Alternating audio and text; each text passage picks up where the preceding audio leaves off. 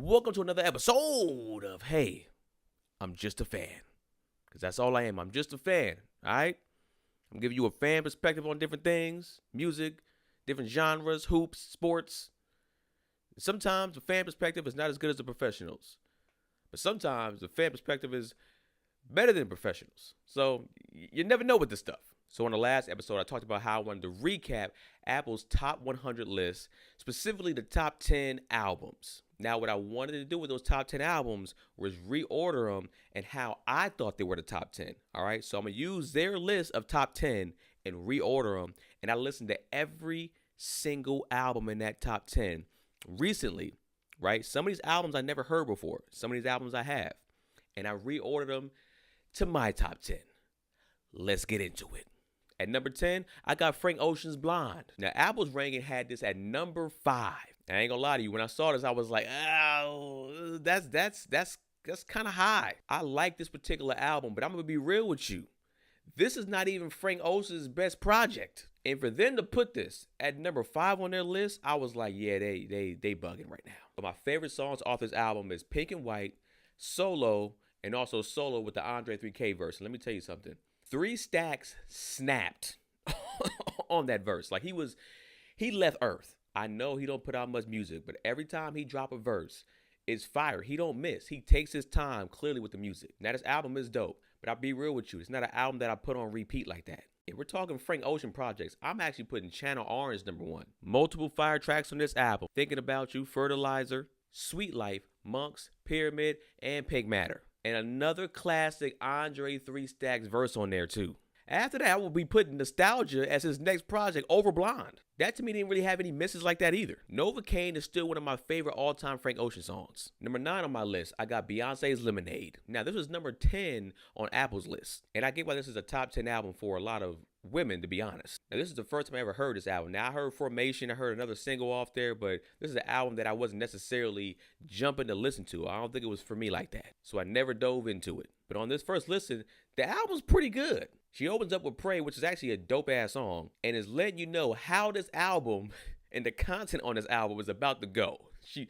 She reeled the ladies in immediately. Listening to this album, I realized that a lot of women either feel like they went through something like this or they actually went through something like this, which is why they were able to relate to this album and why it was so important when it dropped. On top of that, this is right after the Beyonce and Jay-Z and Solange's whole elevator incident. So people were hyped. It sold the album. So my favorite songs on this album is actually Pray, Hold Up, Love Drought, 6 Inch, and Formation. I'm going to be honest with you. When I was listening to this album, it was a lot of blaming on the man on this. Are we ever going to get an R&B album with the ladies talking about how maybe it was your fault? You know what I mean? Like an album about a bunch of things that you probably didn't do. They either led to your man stepping out or led to him not being happy in a relationship. The name of that album should be called Accountability. Let me tell you something, man. 13 women are going to stream that album. But every single man on the planet that's in a relationship will be bumping that album every time they get into an argument with their lady and their lady was wrong. They're going to be cleaning up the house playing the album. The first song off the album going to be called It's My Fault. It's my fault. It's my fault. Yeah, I knew I was wrong. It's my fault. It's my fault. Yeah, I knew I wasn't right. It's my fault. It's my fault. That's a hit. That's a hit right there. And the follow-up smash single will be I Apologize. But the whole time in the song, they're never saying sorry because women don't ever say they're sorry. And the whole song, they're just doing things to show you how they're sorry. I made him a plate. I rubbed his back. I gave him some face. That's all I did. I apologize. But in my mind, because I can't say it live. I can't say it live. That's how the songs would go. And it would kill with men. So the Beyonce album is actually a pretty good album. So I kind of slept on Lemonade a little bit. Next up, The Beatles' Abbey Road. Number 8 on my list. Number 3 on Apple's list. Ugh. Now, this is considered one of the greatest albums of all time by a lot of people. For me personally, it's not. The Beatles are legendary, and this album was pretty good. but it's not an album that I would play consistently back to back on a day when I'm just chilling and I just throw it on. It's not one of those albums for me. Favorite track off the album is Come Together Right Now. I didn't even realize this was their song for a very long time because as a kid, I kept hearing just different renditions of other people doing it. Like, I believe the first time I heard this song was actually probably maybe Tina Turner singing this. Octopus Garden is a pretty good song too. There's some songs on here, but it's not necessarily an album that I would go back to. But it is the Beatles, and they get a little leeway for being the Beatles. Amy Winehouse, Back to Black, number 7 on my list, number 8 on the Apple list. Now, this is another album that I never fully listened to in its entirety. I had an ex of mine that would listen to the album, and when I would get in the car with her, I'll hear some songs, but I never heard the album all the way through. But this album is pretty good. Very, very old school, kind of jukeboxy sound. Like you was back in the day in a tavern or a hidden spot, like a jukebox place that somebody had the piano playing. People was dressed up in suits, drinking liquor, smoking cigars. Just a smoky vibe. That's what this album gave to me. And props to Amy Winehouse for writing a lot of these songs. I think it's very difficult, one, to be a songwriter. And honestly, a lot of singers don't write their own tracks. They be having hella people on a team helping them write. Favorite songs off the album: Rehab, of course, Some Unholy War, and He Can Only Hold Her. Let me tell you something. You want to talk about a disrespectful track? He Can Only Hold Her is a disrespectful track. Talk about pretty much a relationship that she's in, but she really feeling somebody else even more. And you can't really love her or hold her or deal with her the same way that the other guy can. A lot of people have been in this situation where they like somebody, but they were in love with somebody else. Or they were with somebody and they had some better sex and some better loving on the other side. They was just like, man, but you don't do me like that. You don't treat me and hold me and kiss me the way that this person does. Make love to me the way this person does. If you are the person that is not doing that for them, let me tell you something. It hurts. I've been on both sides. I've been that person where I thought I was like, yeah, I'm the dude. And apparently they love somebody else a lot more. And then eventually your boy got cheated on. So you can go fuck yourself to the person that did that. You know who you are. But also, Some Unholy War was a pretty dark song, and I feel like it's not about necessarily a person that was at war for real, and her having his back. I feel like it was somebody that was going through something, maybe drugs, a dude of hers that was going through addiction, whatever it was, and she was trying to have that person's back the best way she can. But in that, was that really enough? Like, you're doing all you can, but this person's still doing what they're doing. Let me tell you something. I come from a substance abuse family. And in that, both my parents were addicted to something. One was alcohol, one was drugs. And as children, me and my brother, we was begging them to not be on that stuff. And they kept doing what they were doing for years. Now, I will actually give my dad credit. When he was smoking cigarettes, we asked my dad to stop because we saw the little thing at school where they be putting the lungs up and you have a black lung and a regular lung. But like, look at the lung. I'm like, Dad, you gonna die from the cigarette smoke, please. We don't want you to die, Dad. Please stop. And he was like, all right. And he legitimately stopped smoking cigarettes cold turkey. Like, it was honestly incredible. I think maybe like the next day or two, he didn't smoke a cigarette ever again. So props to my dad for that, because he when he tells that story, he always has kind of like a tear in his eye. And he's very, very proud of that moment, and I'm proud of him for that moment. But he still was on that Erkin jerk, though. He still was on that brown liquor. Next up, Nirvana. Nevermind, that album. Let me tell you something. This is number 6 on my list. Number 9 on Apple's. Now, we all heard Smells Like Teen Spirit. Probably one of the greatest rock songs of all time. Hell, it might even be one of the greatest songs of all time. And I'll be honest with you, that was probably one of the only songs I can for sure remember off that album. I think there's probably one more single off there. But man, listening to this album right here, this mess was dark. Dark. I know what Kurt Cobain did to himself, but I still wasn't expecting this album to go as dark as it did. Multiple tracks on this album that I like. Smells Like Teen Spirit, of course. In Bloom. Come As You Are. Breed. I mean, right out the gate, they was firing off on all cylinders. Lithium. This is a dark-ass song. The beat ain't super dark. It's kind of like lighthearted, but this is a dark song lyrically. Polly was another song that was really dark. This song was about Kidnap and S.A. And let me tell you something. Man, Territorial Pissings, another dope, fire, just hard beat That's my type of rock right there. Drain You was another dope song. Lounge Act. The second half of this song turned up. Like, it's my favorite part of the song, the second half, but this album, man, is fire. But dark. Stay Away was another kind of dope song too. It was funny how the last lyric of the song was God is gay. that's a wild way to end the song if you want to be real. Something in a Way also I love. This is a song that I probably think I heard too. I feel like it's in movies somewhere. I feel like I don't know what movie I heard this song in. I don't know. I'm thinking of like a football movie, like I don't know, Varsity Blues. Man, I'm probably wrong, but that song was just creepy. Like the beat was just creepy, but I loved it. I don't know what it was. It was just like, it kind of like gave me chills listening to it. Like I was like, whew. But this album, damn near top to bottom, I get why this is a top 10 album right here. And the fact that they had this number 9, I don't agree with it on their list anyways. At number 5, we got Kendrick Lamar, Good Kid, Mad City. Previously, it was number 7. This is one of my all-time favorite albums. Money Trees, Backseat Freestyle, Bitch Don't Kill My Vibe, Mad City, The Art of Peer Pressure, Black Boy Fly, even though it was a bonus track. Honestly, every single song on this album, I wasn't a fan of swimming pools like that, but the lyrics behind Swimming Pool are actually deep as hell. And like I said, they started to hit me in the soul a little later on, but I wasn't a fan of it sonically at first. And one of my favorite all-time songs on here, even though it's a long-ass song, like 7-8 minutes long, Sing About Me. You want to talk about a song that makes me cry? Let me tell you something, bro. The storytelling on here is some of the greatest storytelling to me in the history of rap. I saw this whole thing transpire the way he rapped it. This was low-key a short film how he put it together. I still want to see this song strictly as a short film only. With, you don't even got to put the lyrics behind it and nothing like that. You can make it an actual just short film. But damn, the visualization that he did in this. Then you add the skits in between with his parents talking, him getting banged on by people. And that's how it is in LA. Even though I grew up in the valley out here, we was getting banged on too. And when people bang on you, they don't care where you say you from. It's about what area do you stay in. If you stay in the wrong area, you affiliated now, fam. You fighting.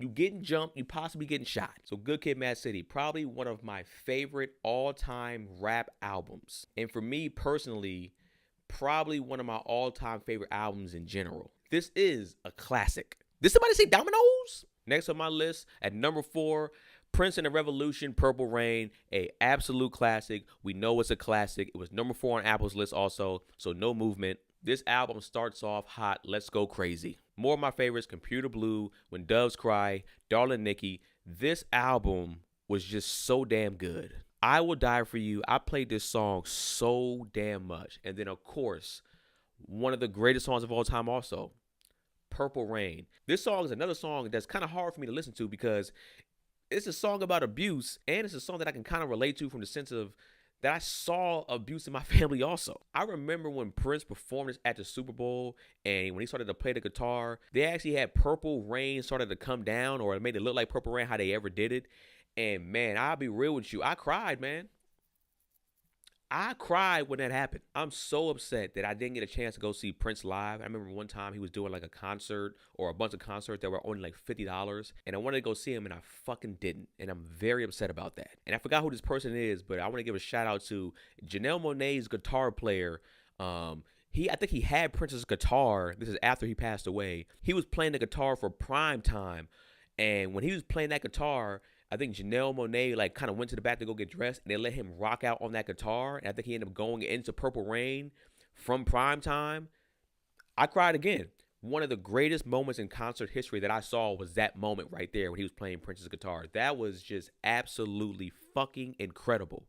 It's a moment that you wish you can like relive twice. Number 3 on the list, Lauryn Hill, The Miseducation of Lauryn Hill. Apple had this at number 1. And it's not my number 1, but I understand how this album right here is a lot of people's number 1 or greatest album of all time. And for me, it's actually probably hard to fully argue that, especially if you caught this album at a time in your life where it just hits you in a certain way. I'm not going to be to argue you off that. Favorite songs off the album, Lost One, X Factor, To Zion, Doo Wop, Final Hour, When It Hurts So Bad, The Miseducation of Lauryn Hill, Nothing Even Matters. I love that damn song. Like, I love every single second of Nothing Even Matters with D'Angelo. They were perfect together. I honestly wish they would have did a lot more music together, to be honest with you. And you can't forget about Can't Take My Eyes Off of You. Lauryn Hill was in her bag. Now, I understand some people get on her being like, well, how can she be one of the best artists of all time if she's only dropped one album technically? But yeah, she dropped one of the greatest albums of all time. On top of that, Lauryn Hill was my celebrity crush for a very long fucking time. Natural, beautiful, everything about her, the voice, her cadence. I was in love with that woman. Everything is everything.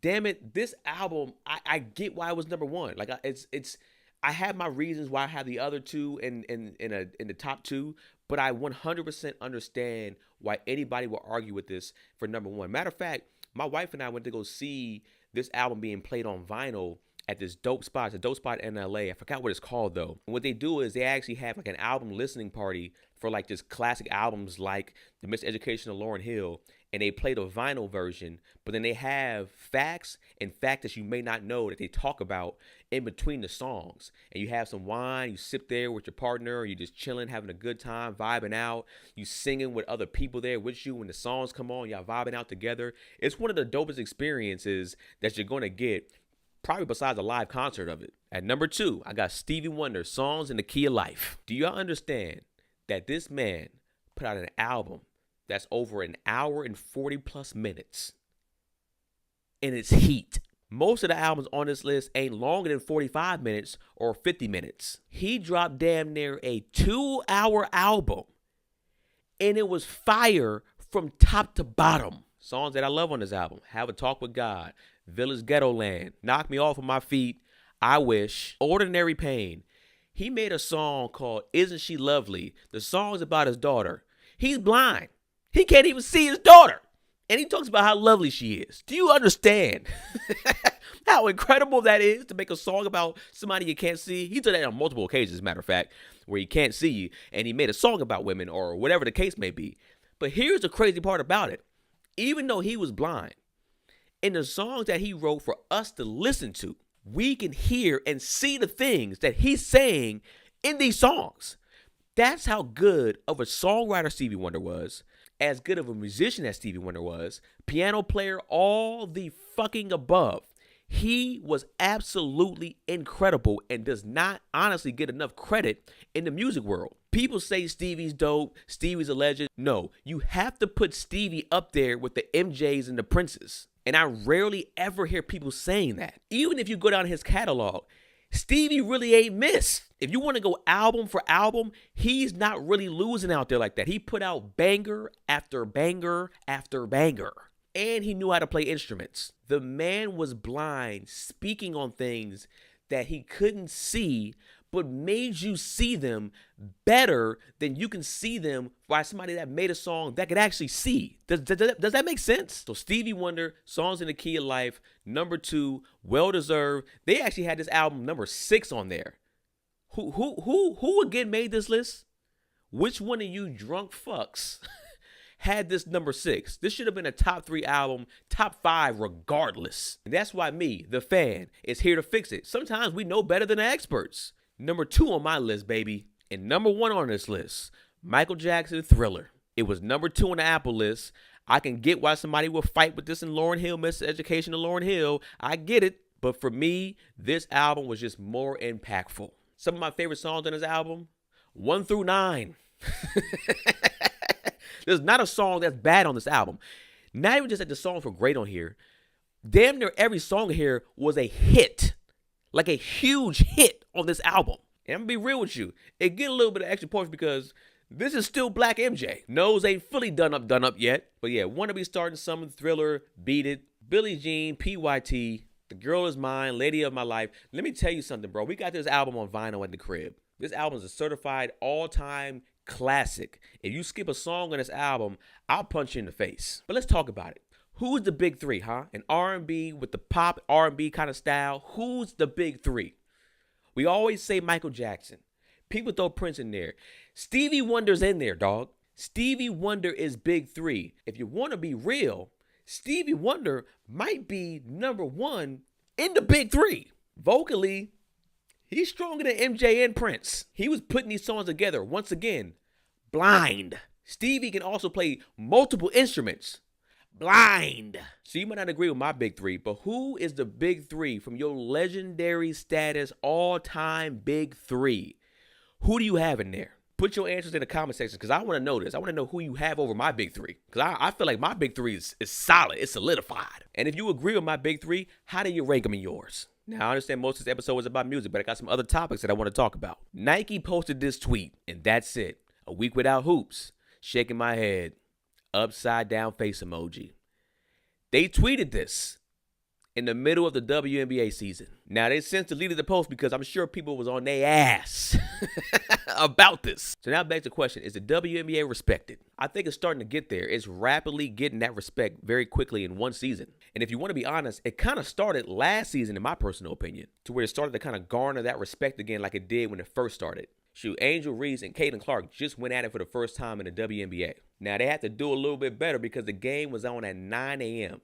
That's absolutely ridiculous. Some people don't even wake up for NBA games that early, so y'all wild for putting it that early. But people were still watching, and the Fever actually edged out because of Chicago missed a free throw late in the game, so they actually won the game. And it got real chippy out there. This is what I like about the WNBA. They're not afraid to let the players get physical. Like one of the players from Chicago went up to Caitlin Clark, bumped her, knocked her on her ass. And to be honest with you, stuff was brewing between the two. A lot of trash talking, a lot of physical play between those two particular players. And people try to say, oh, the one girl, she's dirty for doing that. Nah, you ain't going to be running your mouth all game, and I ain't going to get on your ass about it. So the blame ain't fully on her. But she only got a foul for the call. In the NBA, she would have been suspended for like 10 games for that. Just shout out to the WNBA. And low key, I saw Angel Reese out there. She had the Barbie Reeboks on. For the ladies, kind of fire. Then it sent me down a little rabbit hole to actually see some of the WNBA signature sneakers from the past and the present. So let's go through some of these. These Cheryl Swoops, the Nike Air Swoops, they not bad.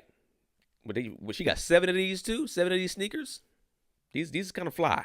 And Cheryl Swoops was one of my favorite WNBA players back in the day. So, yeah, she deserved that sneaker. The Rebecca Lobos, they were cool. The Lisa Leslie's, the Nike Total Air, those are not too bad either. Low key, the Don Staley, the Zoom S5s.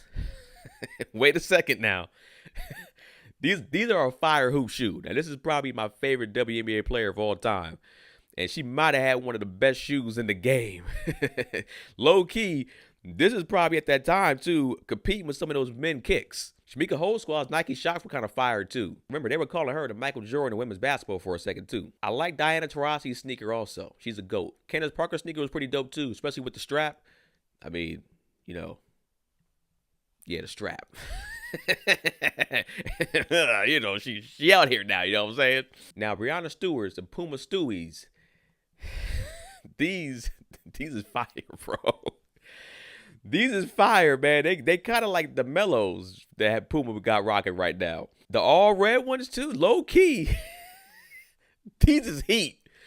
Are people in the NBA rocking the WNBA players' shoes at all? Like, if they're not, that's another way you cross market. That's another way you kind of help out the players, get them some shoe sales, get their face and their name recognition out there because a lot of people love sneakers. The sneaker game is really big, and you can get these sneakers hot in the NBA also. That'll be dope, man. Honestly, these Puma Stewies might be the ones that people need to be wearing in the league. These Nike Dale Donnas too are pretty fire.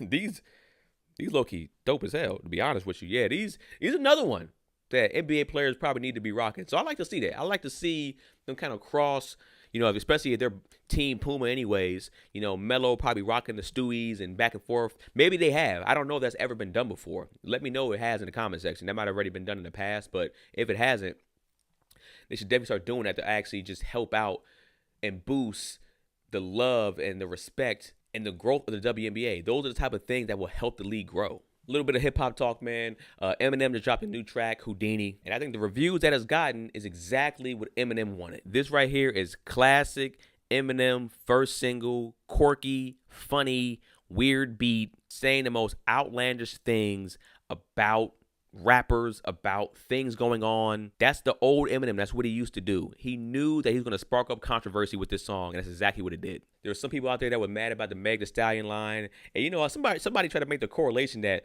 LeBron was, you know, talking about it, and they say like LeBron is aligned with all of Meg Thee Stallion's ops. I'm like, how'd y'all even put that together? Like, I highly doubt that LeBron is thinking about Meg Thee Stallion, bro. And this is coming from somebody who actually likes Meg Thee Stallion. Like, I like some of her songs, but also she's an anime fan. So I definitely rock hard with her. But y'all gotta stop making up y'all own scenarios, man. Some girl said something like LeBron probably tried to holler at Meg Thee Stallion at some point, and Meg Thee Stallion turned him down and was like, you know, I can't do that because you married to a black queen like Savannah. I'm like, what the fuck are y'all talking about? How did you even pull that out of your ass to even make that? Like, why do y'all want people to hate the people that y'all love so much? Like, just making up scenarios. Like I said, I rock with Meg Thee Stallion, but I'm gonna be real with you. I was listening to that LA Leaker, the Baby freestyle, like 5 times. That nigga was skating over them beats. Not one time when he was rapping on that freestyle, I thought about, man, Meg Thee Stallion though. It never came to mind. Shit really don't be that deep for most of us. So stop making that shit that deep for you, man. Y'all be stressing out for other celebrities for no reason. They don't be thinking about y'all, man. Speaking of LeBron, a lot of people are upset that LeBron is giving his son a little bit of nepotism when it comes to getting him into the NBA. So the fuck what? The fact that I saw some black people getting upset that he's showing nepotism. Are y'all serious? Especially if you black. You don't think other older players that were in the league that have children in the league now, whether it's baseball, basketball, football, use some type of nepotism? Of course they did. They legit put them with the best trainers. Some of these trainers were already NFL trainers, having their children make a good rapport with them so it makes it easier when they get to the league. Yeah, the league in a lot of places is about talent. But sometimes the league is also who the fuck you know. If you link with the right people in the league, you can make the league. Now, you might be out of that bitch in a heartbeat, but if you can get one little contract, you straight. So I'm happy LeBron is using nepotism with his son. Also, I don't think Bronny's as bad as y'all trying to say he is. There are stars in college that were weak as hell when they got to the NBA.